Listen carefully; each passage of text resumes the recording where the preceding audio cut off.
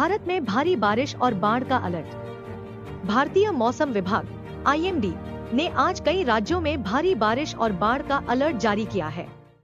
पश्चिम बंगाल, ओडिशा, बिहार, उत्तर प्रदेश और मध्य प्रदेश में अगले 48 घंटों के दौरान मूसलाधार बारिश की संभावना जताई गई है।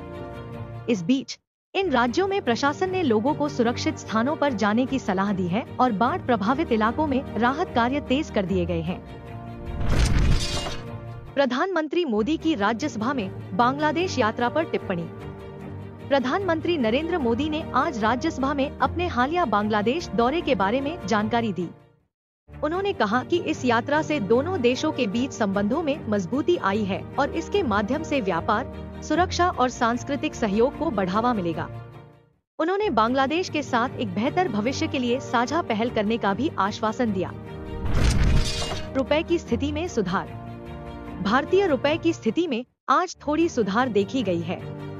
डॉलर के मुकाबले रुपए की कीमत 83.50 तक पहुंच गई है, जो पिछले कुछ दिनों से लगातार गिरावट का सामना कर रहा था। विशेषज्ञों का मानना है कि सरकार की नीतियों और अंतर्राष्ट्रीय बाजारों में तेल की कीमतों में गिरावट के कारण रुपए में स्थिरता आई है। शादी के लिए QR कोड की पहल। भारत सरकार ने अब एक नई पहल शुरू की है, जिसमें विवाह के लिए QR कोड जारी किया जाएगा।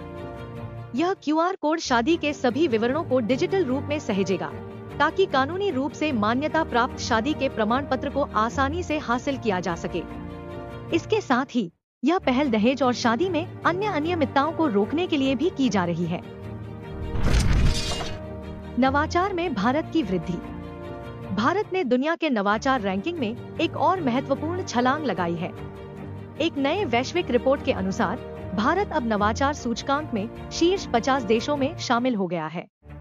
यह भारतीय शोधकर्ताओं और उद्योगों की ओर से किए गए प्रयासों का परिणाम है, जो लगातार तकनीकी नवाचार, शिक्षा और विकास पर जोर दे रहे हैं। दिल्ली में प्रदूषण पर काबू पाने के प्रयास तेज। दिल्ली सरकार ने प्रदूषण के स्तर को नियंत्रित करने के लिए विशेष अभियान चलाने की घोषणा की है। इस अभियान के तहत प्रदूषण फैलाने वाली फैक्ट्रियों और वाहनों के खिलाफ कार्रवाई की जाएगी।